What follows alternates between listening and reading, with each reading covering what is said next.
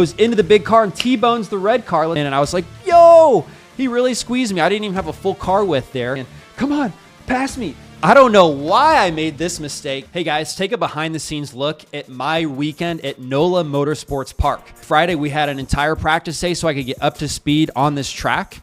We also did some sim training at this track before I arrived to speed up my learning curve. And then we had 4 races, 2 on Saturday and 2 on Sunday. I won all 4, but I wanted to share with you guys because there was actually a crash at the beginning, a missed opportunity, and then a triumph on the 3rd race. So here I'm starting 6th position. We get the green flag. Several of these cars are out of my class. I'm in the 10-to-1 power to weight ratio class, which is called ST3. You can see the Mercedes has ST2, which is a faster class. But here this guy gets loose. I back off. The red guy flinches. The green guy hits him and then goes into the big car and T-bones the red car. Let's watch that one more time. So I saw the accident happening when this guy got loose. I totally just back off. I don't hit the gas. I just wait and see what happens. But you could see, oh man. And it was kind of a racing incident too, because getting loose, it's not an offense, right? And he got loose. It caused the red guy to flinch. And then he went into the green guy. He didn't know he was there. But anyway, nobody was hurt, and that's the important thing. If you didn't know, you'd see something crazy like that and think, man, should I pull over? But the answer is no. When you're racing, you keep going. Until you see a yellow or red flag, you do not lift off the gas pedal. And so that's what we're doing here. We go around a whole nother full lap. Now, I did lose a couple positions. The yellow Supra, he went around the accident. He was a little bit behind, so he didn't have to hesitate so much like I did. It caused me to lose that momentum, lose that position. And then the Cayman in front of me actually got around me as well. And I'm trying to get around him. He's got a bit more power than me. And my strength in this class is definitely the corner speed. So let's see what happens on the straightaway and take one more look at the incident we left behind just a minute ago. And here's how we all compare on the straightaway in race 2 of the weekend. See, the Porsche is actually pulling away a bit, even though I have the draft. And now we're coming to a slow because there's emergency vehicles on track. We got that yellow flag. And let's take a look and see what's cleaned up. So the big car kept going. The green Radical, I'm not sure what happened, but he's not there anymore. He either got removed or he went on. And it looks like the red one and part is on the track still. So there's a pace car in front of us. That's why we, are all slowed down. When we race with NASA under yellow, you might back off 10% at an incident, but you go as fast as you can, even in a full course yellow, until you catch the pack.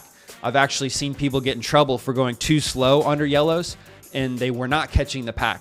The thing is, it's very safe for the emergency crews to work when the pack is bunched up.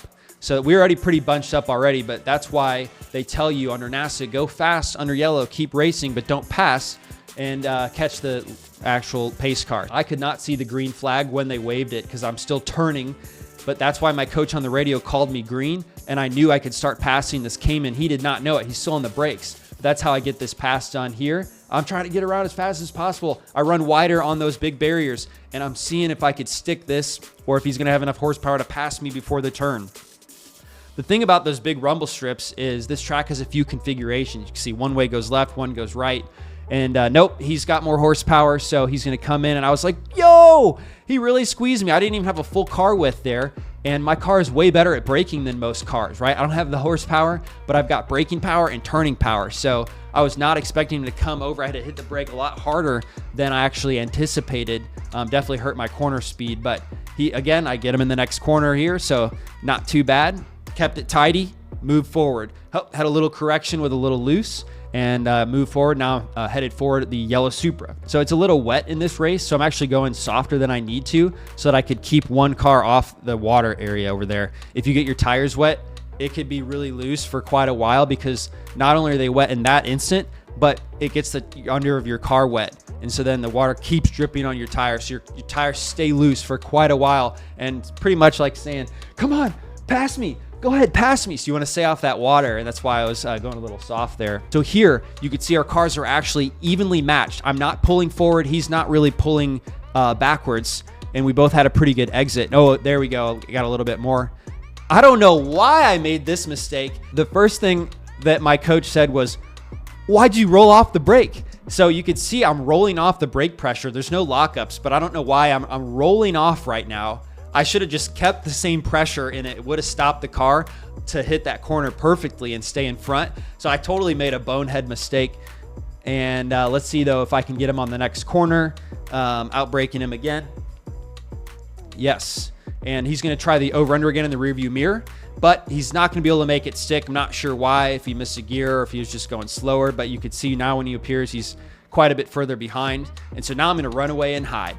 That's the name of the game with me in this position because I'm currently leading my class in first place. You're racing and you're able to do the exact same lap time, lap after lap after lap, and somebody else has an identical type car and they're also an identical driver. Whoever's more consistent is going to win. If you're consistent, it's going to be very hard for them to get that time back. Here's the thing. If you're in first, closely racing somebody, and there's a lapped car, it can slow you down, it can minimize that gap, and then the guy behind you gets another chance to pass you, and you don't want that to happen. I should actually catch these guys here in the middle of the next lap, and there's definitely going to be a missed opportunity in this race that you'll see. They're underdriving the cars, so that's why I'm right on his bumper now. So he's got more horsepower, he's strong in the straights, he's weak in the turns. I'm strong in the turns and weak in the straights, and so in comparison.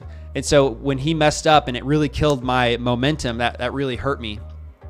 And what I need to do is pass him right in the beginning of a bunch of turns, because that way I can run away and hide, get far enough away that he can't catch me on the straightaway. That's what I need to do here. And I believe I make a pass here. I don't think it'll stick though, because there's only 3 more turns before the back straightaway and he's going to catch me. Here he comes. He's got like 500 horsepower to my 262 to the wheel. So yeah, gonna have to try that again. He makes another mistake and we get side by side here. And it's definitely not gonna be enough to stay in front of him though, because again, he's got so much horsepower on the straightaway. We're kind of side by side. I'm kind of in front now, but I still leave him room. I compromise my corner. So I'm coming out a little softer than normal and he's gonna fly by right before the checkered. Again, we're in different classes, so I still got first place in my class because I beat the Supra, the Cayman, and the Camaro, but there's the checker, and then he gives a friendly wave at the end of the straightaway.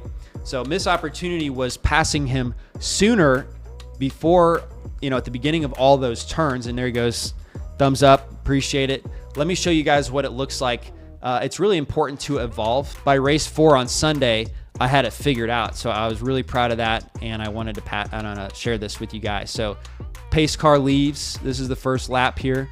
We're about to go green. There he is waving the green flag. So of course I had faster lap times, but these guys have more horsepower, so they eke out in front again. And there's the guy in my class. How is he so much faster than me now? Before we were basically the same, and I was closing in on him. That seems weird. I don't know. Did he ditch a bunch of weight or turn up some boost, or I don't know, maybe took a dump. All right, my eyes are set on this GT car. I don't want to get stuck behind him again because he really sacrifices my lap times when he makes me let off the gas on turns and I can't get around him. So here I'm thinking I'm going to get it done right now, and that's what's going to happen. See, I set back intentionally so I could stay on gas longer here, and now I'm getting a run at him where I'm strong and he's weak. There we go. So this, I think, is enough turns, 1, 2, 3, 4 turns before the straightaway so that I could stay in front of him. Let's see if it sticks. There, he's pretty far back if you look in the rearview mirror there. So now's the moment of truth. I'm going to tuck in and as long as I can, and if he gets close, I'm going to come to the middle, which is a better place to make a move from my part. So I'm looking in the mirror and it looks like he's too far back. So I'm coming back so I don't compromise my corner. It's not long before I catch the Mercedes. So just wait a couple more turns. I believe he makes a mistake and then I'm right on his bumper. And he's under driving a bit into the S's where I'm completely flat. So again, there he goes, a lapped car. So we were talking about this earlier. If you're racing somebody close in your class and a lapped car comes, if you're too soft around it, then the person behind you can close the gap. And this is what exactly happens to him. He doesn't go around this lap car fast enough, and look at the gap between me and him close so rapidly. So now it's way easier for me to actually make a pass in the Mercedes. Ride out so I can use more of the rumble strips over there. And I think he makes a mistake here. So I'm able to get that pass in and stay in front of him. All I have to do now is just don't let him pass me before all this turning section where I'm superior and he's not. So he's not going to be able to pass me here. So that's going to seal the deal and keep me in front. And I was really glad to get that done. Even though we're in different classes, I'm out here to train and get better. I'm not just out here to roll around. And if I wanted to do that, I'd just be on the street or I'd be doing a fun track day. But I'm out here to get better and improve my skills every time. So here we go. And I believe this is the end of the race. Took home 4 wins. So hope you guys really enjoyed that. A lot of people ask me, how do you get sponsorship money to go racing? Well, I spent money to go to racing schools. I hired a coach. I bought a cheap Miata to run a cheap local series to build my skills up before I started traveling. And that's exactly what I would recommend to all of you. It's going to be something you're going to need to pay for. Companies might at some level sponsor to help to have you put a deal together for them or for them to get enough eyes because you're racing at a high level, but they're not going to pay for you to learn. You're going to have to do that on your own. Deal Machine's a company I started to help me flip houses better. And it's been around for 8 years. We provide a lot of data on homeowners so that real estate investors can filter through that data and find who'd likely want to sell. Or a lot of solar panel companies have been buying our data in bulk recently to contact homeowners and help get their energy bills down by installing solar on their roofs. And I even had a mortgage guy tell me they're not just getting referrals from agents anymore. They're actually going to market themselves. So he's using our data to email different members of the household. Possibly an older member would get a message from him saying details about a reverse mortgage. Or it could be a younger person wanting a first-time home. So our data is really great for call centers and doing outbound email outreach. So if you guys are interested in that, contact me. But I wanted to share that. If you want to learn different businesses you could start to help fund your racing, I just posted a video about it. So check that out and let me know in the comments what you took away or what you liked from this video.